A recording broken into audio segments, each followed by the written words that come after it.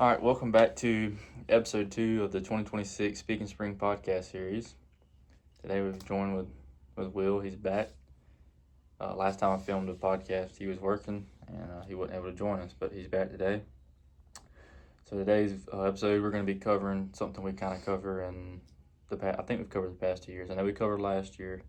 I want to say in 23 we talked a little bit about population decline and issues and stuff. I don't know if we did or not, but we're going to dive into that and kind of just see where that takes us from there with time. And we hope you all, this will be released after New Year, so we hope you all had a Merry Christmas and a happy New Year. And 2026 is here, which means we're in the season or the year. Good Lord, the year of the spring season. So we're about 3.5-4 months out from this release date. So mine, I'm gonna learn how to talk at some point. Mindset shift has already kind of occurred for me, which is always on my mind, but really the past month or so, turkey hunting's really been on my mind pretty heavy and pretty hard. And now that it's 2026, that is definitely an ongoing thing right now as we prepare for the spring. Yeah, I'm really excited to be back on talking turkey and everything that involves turkey season and getting ready for it.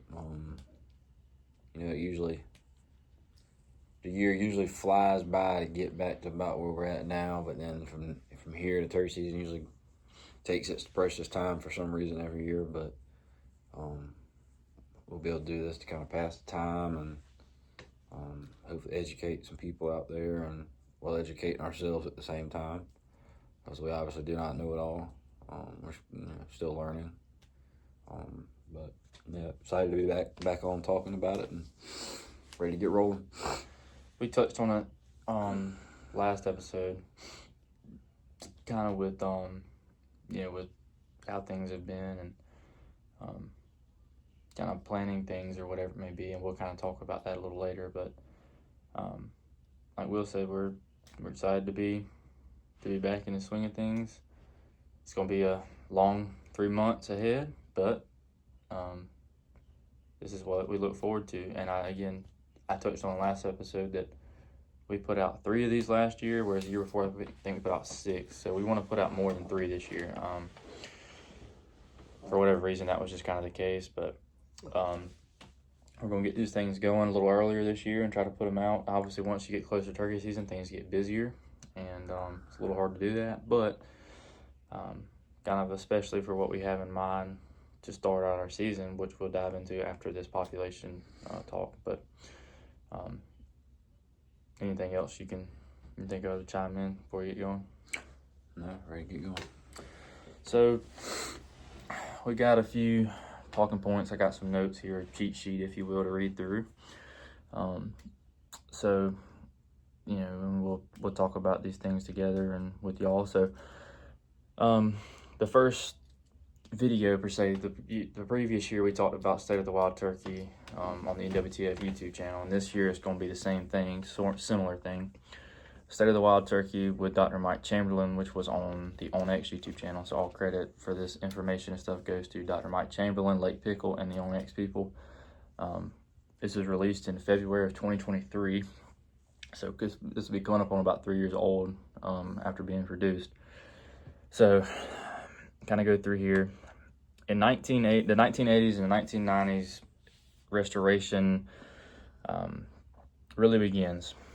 Or I shouldn't say begins, but it really starts focusing in on a certain issue, which is relocating wild turkeys. And in the 80s, 90s, and early 2000s is without a doubt, according to what we've understood and according to what you can look up as well, is when peak turkey season or peak turkey hunting really was at the fort. Like, there was no better time to be a turkey hunter than the 80s, 90s, and early 2000s, especially the early 2000s.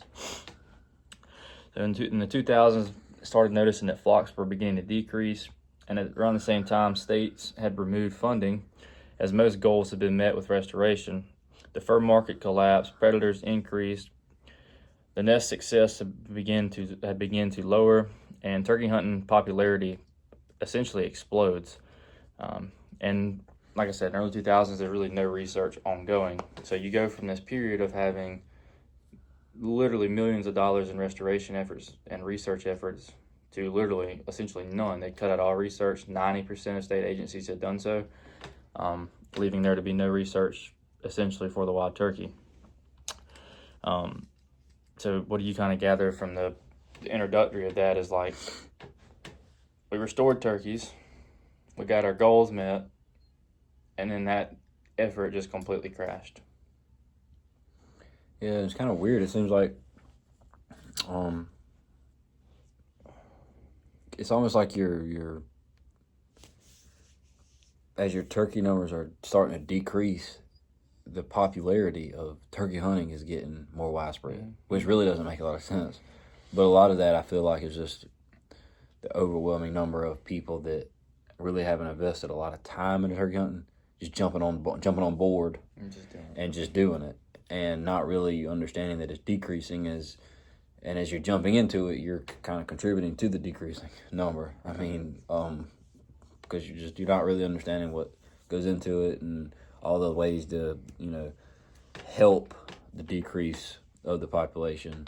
But that's probably the most intriguing thing is because I looked at the video and it's just kind of astounding. Like how you never see something like that happen. Like, so turkeys are declining, but hunters are increasing. Efforts increasing, right? That's pretty insane. So, and again, to kind of piggyback off what you were saying, like, there's all these factors in the early 2000s kind of concurred, and around the late 2000s, so like 2009, 2010, is when most state agencies, most wildlife research independent projects or whatever began to see that the decline was ongoing. And these contributing factors, like I just said, was the fur market collapse in the 2000s was a huge deal because nobody wanted to trap anymore. There's no reasoning to be trapping really because there's not money in it, correct? And that's what everybody at the end of the day normally does things for. Predators have begun to increase. I'm not sure the exact date, but it would have had to have been somewhere in the 90s to 2000s that coyotes were introduced to the Southeast, and coyotes are not native to the Southeast whatsoever. That is a Midwestern or out West thing. And I'm assuming that maybe other than, well, actually, I would assume every state in the lower 48, if not the entire 50 states of the United States, has coyotes now, which was not a thing. And that's when their success had began to lower. And like Will just said, turkey hunting popularity just explodes. It becomes a huge mainstream thing. And all this going on, there's literally no research whatsoever being put into wild turkey research, other than basic things about, gobbling or breeding. Other than that, we don't understand what's going on with turkeys, and that was left like that for several years for the most part. One of the most interesting things I gathered from the video is you always hear people talking about hardwoods being so beneficial to the wild turkey, and I never understood it on the scientific level until Dr. Mike Chamberlain explained it in this way. So, turkeys are linked to hardwoods, which we'll talk about this, are disappearing for human uses. We'll talk about those human uses. That is, hardwoods are their primary fall and winter food for turkeys. They're eating acorns off of them. When they have mass crops, reproductive, brood success, nesting success, all that skyrockets according to graphing and what we understand. The reason for that is stress levels are decreased due to this thing. And right here I wrote, birds being fat is good. You have better incubation, and it's kind of a weird thing to understand. You have a bigger bird, which means they can incubate longer. If the hen weighs 20 pounds, she's fatter, she's got a lot more fat and body weight on her, she can sit on that nest for longer periods of time, which leads to higher nesting success rate. Whereas if she's a light bird, she can't sit on that nest as long without having to get up and go get food. Therefore, her nest and incubation is going to fail. And that is contributing to birds coming out of fall and winter. A lot of people misunderstand that turkeys in the spring are the same as turkeys in the fall and winter. They're not. They come out of fall and winter either two ways, fat and no stress, or skinny and very stressed. And on those years where you have high stress levels and the birds aren't as healthy and fat, they don't reproduce quite as well. And that's the scientific reasoning for that we understand as of now. So I'm curious to get your thoughts on that before we dive into the human uses with hardwoods. Yeah, I mean, I don't know. Until you really start diving into stuff, you don't really think about those things matter. Like, does this really matter? But as far as the hen thing, I don't think that. I don't know. I think that's kind of give or take. As far as that leading to more success with turkey hunting, but the coyote thing is extremely intriguing because, like you said, a lot of people probably didn't realize that prior to whatever year, whatever, early 2000s, late 90s, whatever, that, coyotes really weren't a thing in the state of South Carolina. In the whole Southeast, they weren't. I mean, that's mind-blowing. But you see it now. If you're a deer hunter, turkey hunter especially, they're everywhere. Right. Thankfully, most places we get to hunt in our area, we haven't had a ton of trouble with coyotes. Knock on wood, but we are still seeing population issue. Yeah, without a doubt. But I don't know. That's very intriguing, and I think that the coyote thing is something people should take a lot more. They should get a lot more insight on that. They should be enlightened more on that because they are causing that decline to happen just as much as anything else. I don't know. It always goes back to doing your research, man. Like, you can't.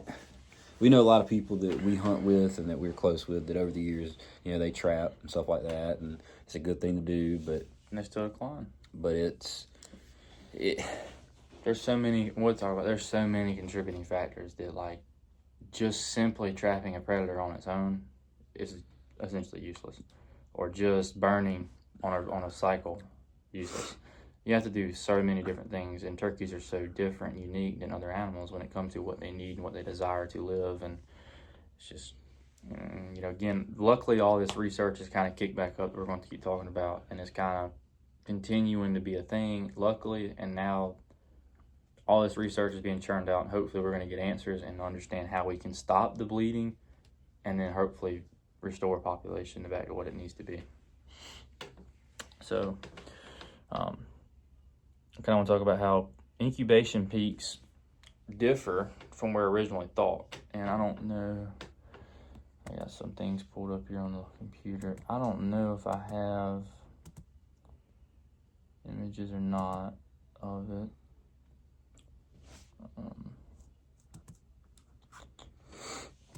But what that means essentially is that originally we thought incubation, which is when a turkey sits on the eggs, which normally I think most people kind of thought early April, but I think now they're understanding that can differ. I mean, yeah, it definitely differs. Some hens lay in March. Some hens get on their nest in late March. Some hens do. It depends on their first nest success. If their nest fails and that they have to come back and retry. And from what we understand, according to research and everything, turkeys that are born, late April into May, and we see turkeys born in June. Those turkeys have so much of they have like Dr. Mike Chairman said, they have a tough road ahead because birds born that late in the spring and in the early summer, their chance of survival is very poor. And that's why research is ongoing to understand why that is. What are the factors contributing to that specific idea that these birds are, if their bird is born earlier in the spring, they have such a higher success than compared to later in the spring or early in the summer. And like I just touched on, in 2025 and 2026, there is now more research going on than ever. Which again, that's a crazy thought to me because at one point in time there was no turkeys anywhere hardly. Like there was like 400 turkeys in the entire state of Alabama at one point. So there's more research going on now because we understand now that there's such a miss than there ever was before, which is a huge positive thing and something that honestly makes me extremely confident and happy to hear that more turkey hunters and more scientists are looking into this because it needs to be addressed. And that's honestly a wild concept to me. Yeah, I mean, you just hit the nail on the head, or however the old saying goes. Like, it needs to be addressed. Like, there's people out there doing their due diligence, and they're working hard to do all these, do this research and all these tests and different field experiments and everything to try to figure out and narrow these issues down. And there's still a select few that just could care less about it, and that's what's contributing to the decline. I mean, if you hunt the wild turkey long enough, you realize like how unique they are. Like Charlie was just saying, like not every hen, people try to pinpoint when a hen does this, when a hen does that. It's going to vary. Like, it's not going to always be, you're not going to always just figure that out. But if we all contribute and do our part, we can find reasons as to why they might be, these hens right in this area might be laying a lot later. Like he was talking about the success rate of that, that hatch making it.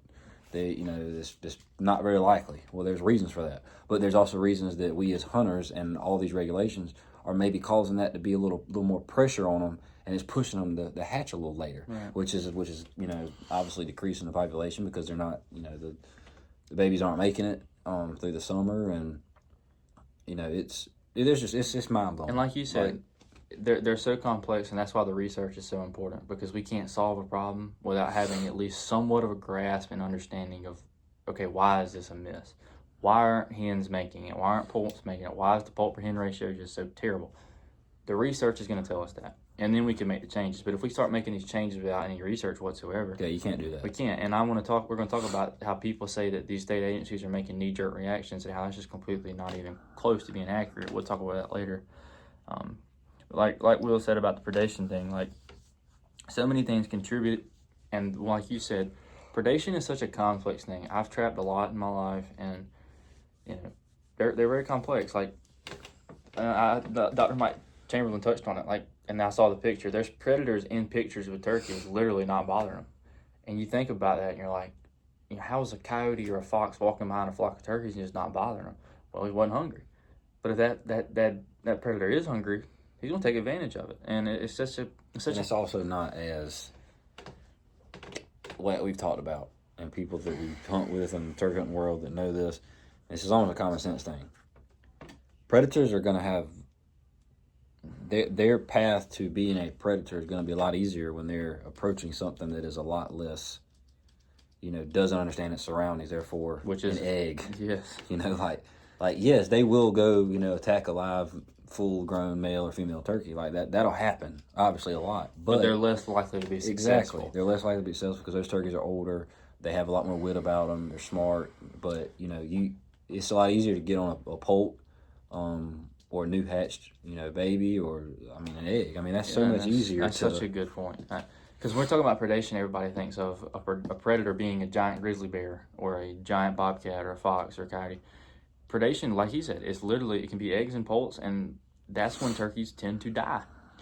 If a hen, or I should say it now, I shouldn't say a hen, if a egg makes it to a poult and then makes it from a poult to an adult turkey or juvenile turkey, their likelihood of survival increases several increments every time they go through each stage. And that's because an egg has no chance of survival.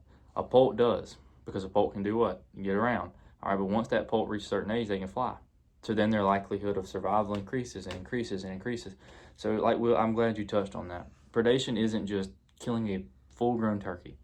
Predation is eggs, aerial predators, whatever it may be, that can't, 9 times out of 10, they're not going to go take down a full-grown wild turkey, but like Will said, they can eat an egg or a poult, which is super vulnerable.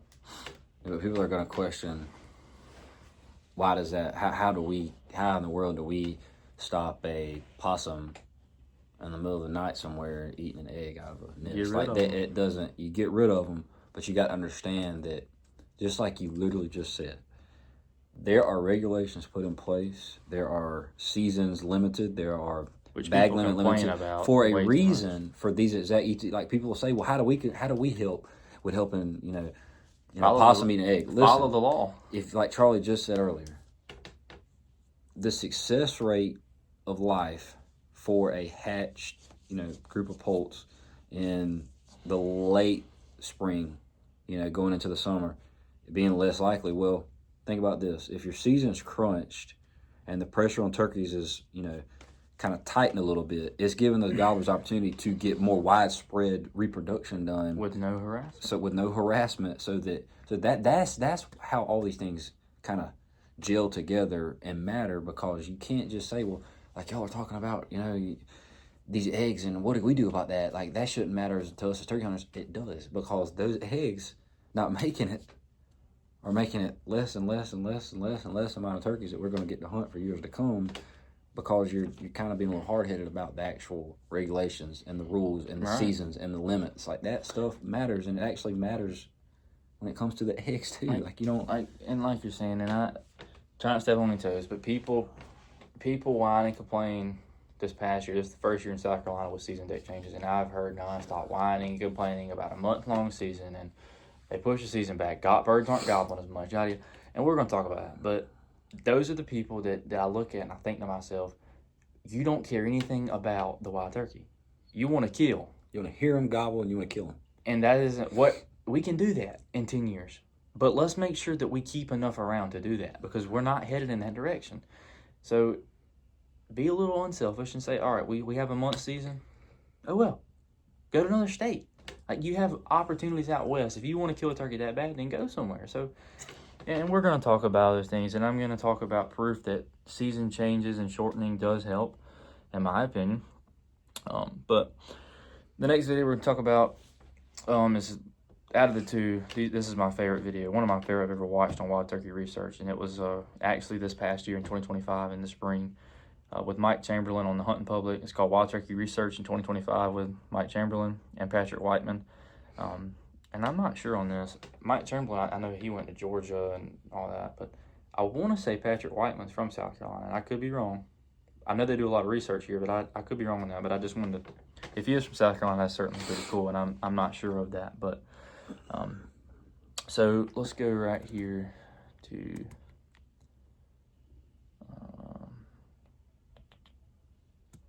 Let's see, 2022 Alabama WMA gobbles by week. Now, we know we mainly hunt in South Carolina. We know we're from South Carolina. But when we talk about the Southeast as a whole, it is extremely hard to hunt the eastern turkey in the Southeast. Very. Alabama, there's one state between us and Alabama. So there ain't that much difference in the two as far as, South Carolina. I'd like to, a lot of people that hunt closer to Alabama, Georgia, Mississippi that say it's hard. I would like to challenge them, hey, come hunt South Carolina. South Carolina's hard. But we're all in the Southeast, so the turkey behavior as a whole is usually going to be close to being identical. The eastern wild turkey in the southeastern United States and the Midwest are the two areas in which decline is occurring that we know of. The West, out in the West, Merriam's in Colorado, New Mexico, Washington, they're not really, from what we understand, amiss right now. Now, they could be, and we don't know. But from what I've read, I don't think so. Same as what the northeastern United States. Now, but again, the southeastern and the Midwest is a problem. They're declining. Oklahoma, Texas included. So, but this also goes to show that going and looking at a lot of Alabama research, Georgia research, Mississippi research over the last several years, South Carolina does a little bit, but South Carolina's so far behind on this research thing that's why you always see a lot of Alabama research being done. And the funding's higher in these states that essentially, and I'm not discrediting South Carolina, but some of these states have more care and they're putting more money into it. And if you're having $20 put in the turkey research fund and you have $20 million put in the research fund, and you're going to see the difference. So this is Alabama WMA gobbles by week in 2022. So this is just a chart that shows you when gobbling begins to peak. All right, and you can see in the week of 3-1 to 3-7, 3-8, 3-14, it's slowly increasing. All right, this is when birds are starting to come in, their testosterone's increasing. 322. And 328 is the peak in Alabama this year. 329 is when private land opens. And then 4.5 and 4.11 is when public opens. What do you notice about this chart the second that hunting begins? I mean, it just completely starts going downhill. All right, we talk about hunting pressure all the time. This is a perfect indication by just looking at a chart that if you're not harassing birds, they're able to gobble. Look at before hunting even starts. Yeah, their breeding and everything is just drastically through the roof, which means more birds are being created. They're not being harassed. Now, when these private and public land opens, the fall off of gobbling activity completely falls off, which tells me hunting pressure, hunters, and harvest have made a decrease in gobbling, which essentially means a decrease in breeding. What other logical thing could you conclude from this graph other than that breeding hit essentially a standstill and dropped off? Are they still breeding? Yes. Are people hunting? Yes. Those two things are tied in together, and according to this graph. That's just why it's so important to pay attention to what's when you're hunting. You got to pay attention to what's going on around you.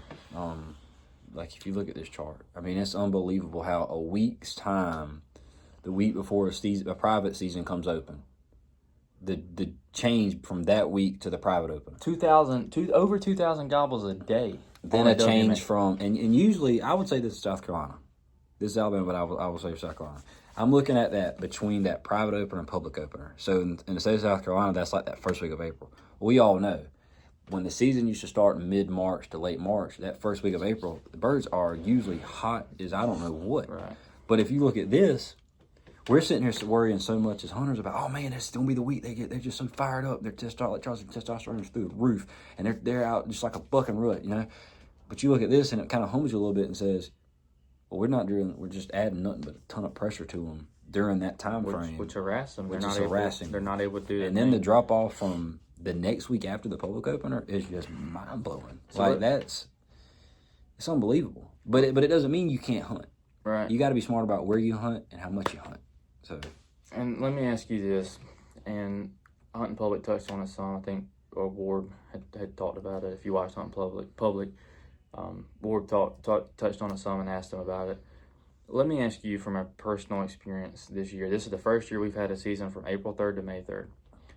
Did you or did you not see an increase in gobbling activity this season? I would say yes. For the like on average per day, yes. Because they had been breeding for 2 weeks unharassed. So when we catch them in April to May, they've already been breeding.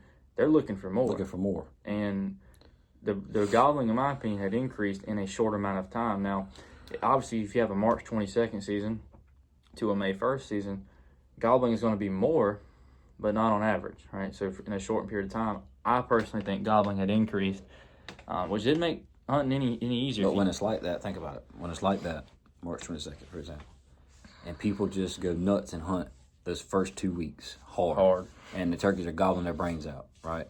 They're a little hard-headed, but we know the turkey hunters, when you got turkeys gobbling, for one, if they're that hot, they're not paying their attention to their surroundings as much, so you can get a little closer. And it's a give or take. Sometimes people say they're easier to hunt. They're not as easy to hunt early season. But when turkeys are gobbling, they're basically setting themselves up to be killed easier. Oh, yeah. So when you got to think, when that season is in that early as hunters, it makes you go crazy and think, well, I can get out there and I can get after them. But you're actually causing a bigger problem than you realize. Right. One more question before we talk about this next point. Like you talk about with gobbling and then essentially saying, here I am, come eat me, come kill me. How many turkeys this year did you see from the month of August, let's say August to February of this past year? How many turkeys did you see not on camera with your own eyes? I mean, turkeys I saw in that time frame were just literally from driving by fields and stuff like that, and I might have saw anywhere from maybe 10 to 20 in that whole time frame. How many did you see from the month of March to July? Driving around or driving around with your own eyes, like hunting, seeing them. I'll say it's hunting. I saw a decent amount. Driving around, not as much. Right. That continues to decrease year after year. That we'll talk about. I'm glad you said that. We need to talk about that. So, and that my point with asking those questions are, you see turkeys normally in the months of March to July or June, because that's when they're breeding. That's when they're most active. We're hunting those birds in their breeding cycle. That is the only bird really that I can think of that you're hunting during their breeding season, which makes it so hard on those birds to understand. I'm being hunted, but I got to breed. I got to reproduce. That's what they're here to do, biologically. It's their biological clock. And it's so stressful on them. So as hunters and as state agencies, we're trying to balance that and understand how can we hunt them in the spring, but how can we do it to allow them to breed to continue to produce enough turkeys to hunt and just for the resource. So next thing I want to talk about is, let's see. All right, hang on. It's this one right here. So this is a chart that shows you, and I don't know, but I want to say South Carolina started in the 19 and 20 season with Harvest Report. This may be South Carolina. It doesn't say on this particular screenshot. But look at week 1. In this video, they said 80% of gobblers are killed in the first week of hunting season, no matter when the season date is. So for those who say, well, they moved the season back, this first week of turkey season sucked. No. Your first week of turkey season in 2023 has not changed. The first week of turkey season, no matter if turkey season starts April 3rd, March 20th, March 15th, the first week of turkey season is when with 80% of your birds are killed. And look at how much it continues to get. The second week is worse. The third week is even worse. The fourth week, fifth week, it continues to go down, which is another indication of hunting pressure and there not being as many birds. The first week of the season, you're going to have way more birds because you haven't touched them. You haven't killed any. So, and this is a harder graph to read, but it just shows you that, I mean, it is astounding. Look at how many birds were killed in 2023 to 24 in week 1, opening March 25th. So this isn't South Carolina. This would be somewhere else. But, I mean, what is that? Almost pretty much 6,000 turkeys were killed the first week of turkey season to where the end, I would say 500. Like, it just shows you that turkey season dates they don't affect turkey hunting in a negative way like you think. If anything, again, they're helping. It's going to tighten things up and make it easier. But it's a harder graph to read. But this is the graph that I'm really interested in. So this is a site goblin map, which the blue is a non-hunted site, and we'll talk about what that is. Red is moderately hunted, and green is heavily hunted. You say, how do you differ those two? We're going to talk about them. So the blue is a non-hunted site, which is Savannah River site, which is a federal government-owned property that cannot be hunted, which literally, from where we're sitting right now, is maybe 5 miles through the woods. That's the area in which we're from. We're so familiar with SRS. We know several people that work out there, so we're very familiar with that. It can't be hunted at all. For their little, they're tiny little places, and these song meters and graphs. And I wanted to say this in the thing we're talking about how can you measure gobbling? Well, they put these big old song graphs, sound meters, whatever, in the trees, and it's constantly registering gobbles. So this is how you do this, and that's such a cool thing to me. Red is a moderately hunted site, which is a WMA in South Carolina called Cracker Neck, and I got a question for you in a minute. Which is moderately hunted. You say, how do you know it's moderately hunted? Well, it's only hunted Friday and Saturdays. That's the only time you can ever hunt that place. And you've got a Georgia WMA, which is heavily hunted, which is open 7 days a week, all during turkey season. And my question to you is, Cracker Neck's not far from here, actually. It's probably 25 miles. Have you ever hunted Cracker Neck? For anything? I've duck hunted. I've never. I know it's an acre guy. I've duck hunted, and people say turkey hunting can be good there based off of it being extremely close to Savannah River site and the pressure on Savannah River site being very limited. But I have also heard that Cracker Neck is hunted a lot on Friday and Saturday. Yeah, like it is jam packed. So and then these graphs correlate with the non-hunted site. Look at how high the peak gobbling is. I guess through the roof, and we've always said that first and second week in April is your peak gobbling, from what we've understood, as just turkey hunters. Look at that. It's the blue non-hunted site is exponentially through the roof, and it's a perfect bell curve. The blue makes you literally want to just imagine being there those mornings that first week of April, and just how on fire and widespread the gobbling. And it's a perfect bell curve, exactly what you would think. Like, it goes up, it peaks, and then with no hunting pressure, nothing at all bothering them, it just slowly drops back off when they go back into summer. The red, the moderately hunted side, it peaks. When hunting starts, look at how far it just drops. Like, it's just an instantaneous drop. In late season, it makes a little push. And then it drops back off. Whereas the heavily hunted, it is just a straight. It makes a little peak. And I'm talking, but that peak would be obviously your peak breeding as far as and you're seeing getting fired up. You're seeing this on your screen here, and that's about halfway up this 900 site. It hits its peak, and then with no like little comeback like Will was saying with the red, it just gone, drops off, and that's hunting pressure. Like that is when a turkey's constantly harassed and hunted and hunted They and pick hunted. they just quit gobbling. Like they know they understand things to an extent. So that's the most interesting graph on those videos to me. It just tells you how effective or how hunting pressure affects turkeys.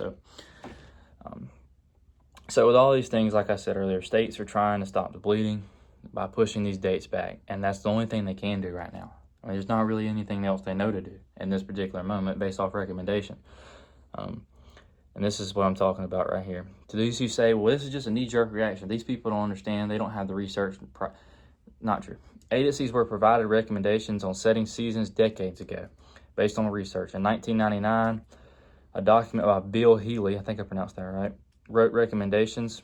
His most conservative season was timing the removal of males when you see peaks in incubation. So when a hen is on that nest, that's when the season needs to begin, which would be the first week of April from what we understand. Let's see, others distrust breeding. This research is decades old. Other people think that there's differing things in that, but from what we understand, this was research done in the 60s, 70s, 80s, leading up to the 90s, and he wrote this then, and they completely ignored it, essentially. In 2018, new documents were released reiterating setting seasons around incubation. Everyone called it a knee-jerk, like I just said, and this is reality, that these evidence-based research projects were decades old, and there was a project due to these things from 2015 to 2020 at Auburn, which led to researching by Director Sykes, and he advised the board to change the season, and they eventually did change the regs without really listening to his recommendation, but they did change the regulations. So, in according to this, Webb WMA and with South Carolina DNR are now conducting similar experiments, which ultimately did result in a change after they had conducted that experiment. I'm not going into too much detail. We did hunt web this past year, and it makes me feel good to know that they are doing research to understand these things. And this is when South Carolina DNR understood that, hey, all these recommendations are being written. Here's what we know from these experiments. But they pushed the season back, which makes me feel good and makes me feel some confidence. So for Louisiana, it's reported there was a 2-year lag in these results, so you don't really understand what's going on. It takes kind of 2 years to understand, did this work? And the good news, harvest has increased since that day. In 2 years, Louisiana harvest has increased. And you know and I know that Louisiana and Arkansas are the two worst in the Southeast with turkey numbers, and harvest has increased in the past 2 years. So more time will tell with that. But to me, that makes me feel good to know that these season changes and these season dates being moved around has increased harvest numbers, which to me tells me turkeys are beginning to kind of come back. Now, will that stay? Time will tell. But it's up to us. Right, it's up to us, but that is a good sign for us. Yes, that's what I say. When you really dive into this stuff and you do your research, you can kind of there are some bright spots where you can, like you said, you can see a projection kind of trending upwards as far as the population. But I feel like we just talked about when we started the podcast, or this particular podcast in the early 2000s, it started to go down. There's a reason for that. Since then, it's been like since 2000, it's been like a 30% decrease to where we are now, which is bad. And you can't let it get to that. You gotta do your part. You gotta, do your own research. Educate yourself as a hunter. Like Charlie said, it's hunting for a reason. It's not killing. I was thinking earlier when we were talking about getting together, and something that kind of just stayed in my head that I wanted to kind of discuss was, to be bluntly honest with you, without bragging or boasting, and you can say the same, which you obviously did this year.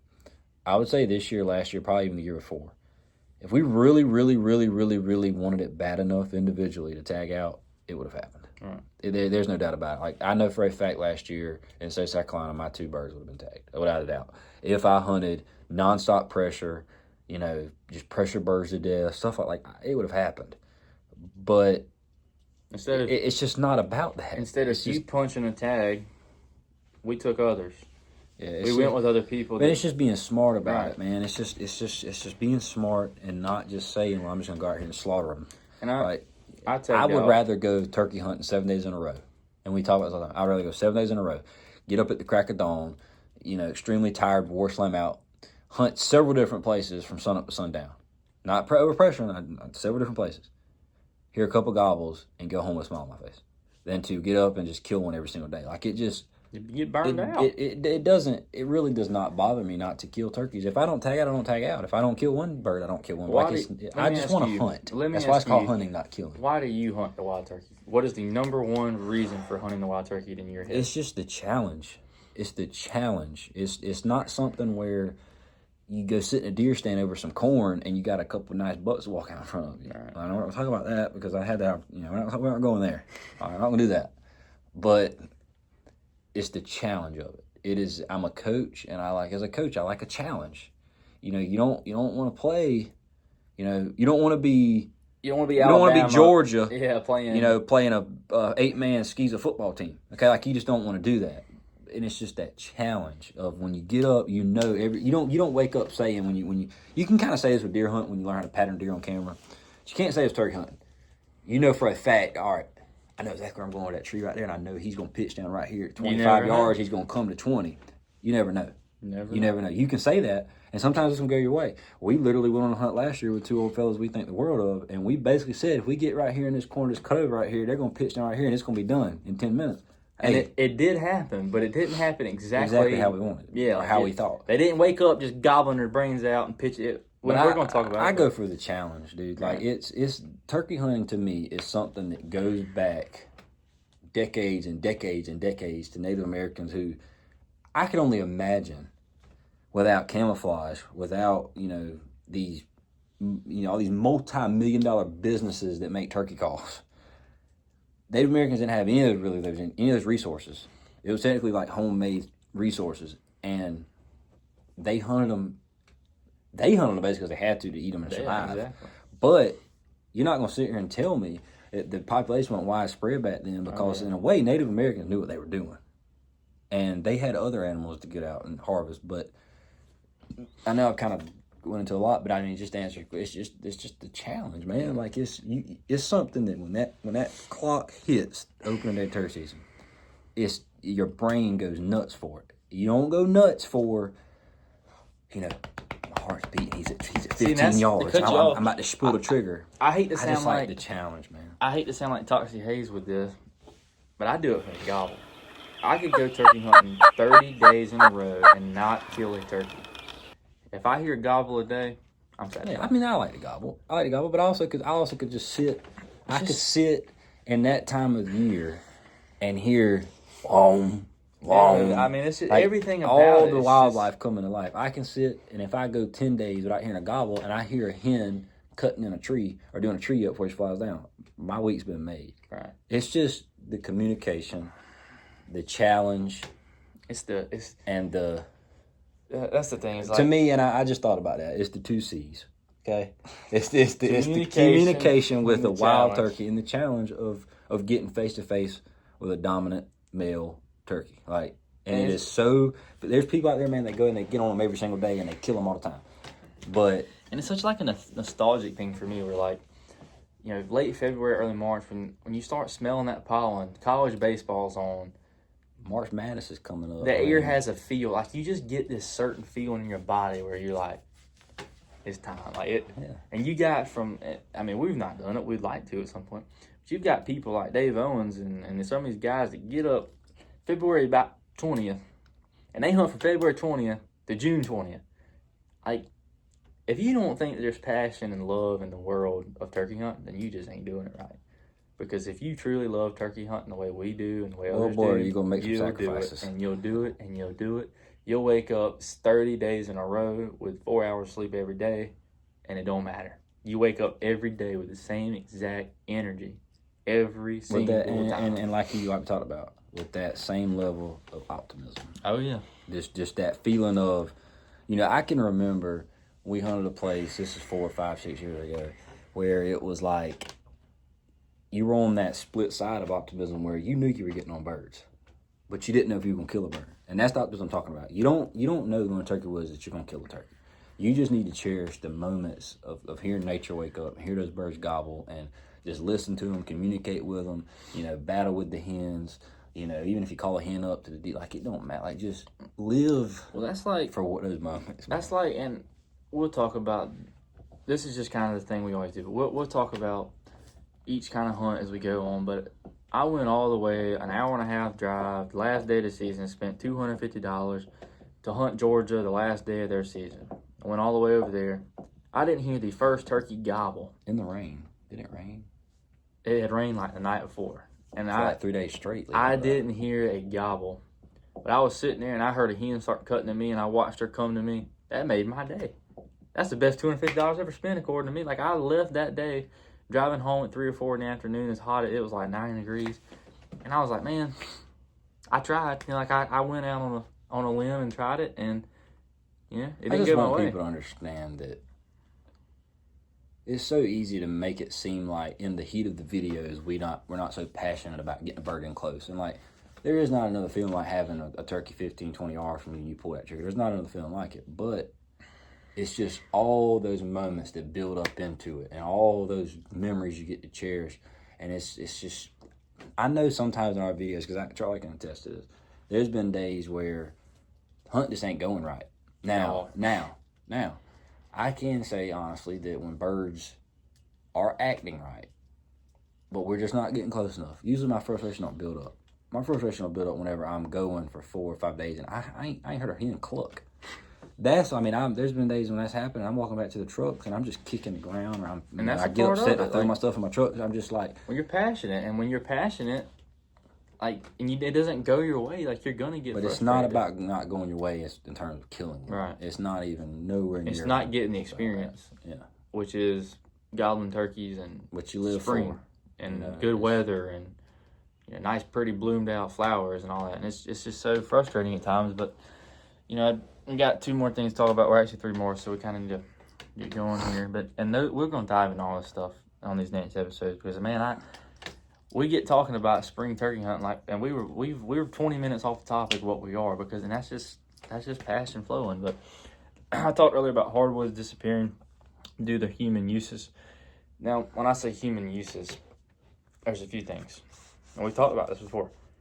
Degradation. So when we cut a hardwood tree and you come back and plant a ginormous subdivision over it, that directly impacts a wild turkey because you just took their habitat. And I don't know if we got to set some kind of guideline, because, Will, you can attest to this. We talk about this all the time. There are like no hardwoods compared to what it used to be. And I don't know because I didn't witness it, but I've heard so many stories. Like, we're losing hardwoods at a rapid pace. And they're not being, like, you're not cutting hardwoods and saying, okay, hardwoods, come back. You're cutting hardwoods and planting buildings over them, planting these big old complexes over them, sporting complexes, whatever it may be. Or you're planting it back in pine. And when you plant a pine, ain't nothing else going to grow. You spray all the hardwoods and that's it. So that's super frustrating. And I wish there could be some kind of regulation for that. Because we both love oak trees. Like, my personal favorite is a white oak. I don't know what your favorite tree is, but and you just don't see them as much. Like, and in 30 years, they're not going to exist. Like, it's that bad. Like, there's a place that Gage and I dig for arrowheads it was cut this past winter. In spring, it was cut. And we went back out there, not that long ago to do some looking for arrowheads, and it's planted in pines. And that was hard. That was natural hardwoods for hundreds and thousands and millions of years, just gone. It'll never be hardwoods again unless they let it come back on its own. And right now, it ain't gonna happen. So, yeah, that's a whole nother. No, we can talk about it. Yeah, issue. I mean, we got to figure out, like you said, we got to regulate it or something, because it's. Oof. And you said something about seeing turkeys in fields. that's something I want to touch on with population decline. It kind of goes in. It's like, I remember being a younger kid, like 10 years old and stuff, and there's not really many things more exciting than driving down the road in the springtime and looking out and seeing a big strutter with a bunch of hens. And it feels like every single year there's just less and less in the fields. Like this past year, we've talked about this before. Like, I think I've seen maybe 3 or 4 occasions where there was turkeys in fields. And the year before that was like 8 times. And the year before that was like 12 times. Like, it feels like every year you just don't see them. There was a place, I can't really say without saying, but there was a place where we would drive by and there would always be a bird in. Or there was a place where I would drive by on the way to school every morning 2 years ago. And literally every single day I saw 2 longbeards in that field by themselves. Every single day, nonstop, every morning. This year, nowhere to be found. Never saw him. That one that me and you used to always see, we saw him like February one time with some hens. That's it. Yep. I ain't seen him again. So it's really unfortunate because as a passionate turkey hunter, I just like, again, like we talk about, like I like to hear him, but I love to see him. You just love, if you love the wild turkey, you love to kind of, even birds you're not getting to hunt, you love to see them thriving. Oh yeah. You love to see them in their little element doing their thing, because you just, you're already not really going to see them a ton in the fall, late summer, winter. So when they have that springtime to get out, kind of feel comfortable be in their element and breed and, do their thing, like it's just, like you said, it's just something, I don't know, man. It's fun to see. It makes your heart feel good. Oh yeah. It makes you feel good to see them. And like you said, it's a pattern every year. It becomes less and less. So to kind of wrap this one up, we got, there's so much stuff that I want to talk about that we're just going to save for another episode. We need to put a lot of these out and make sure that we stay on top of it, because man, this is so much fun to do and get guests on here like we were doing originally.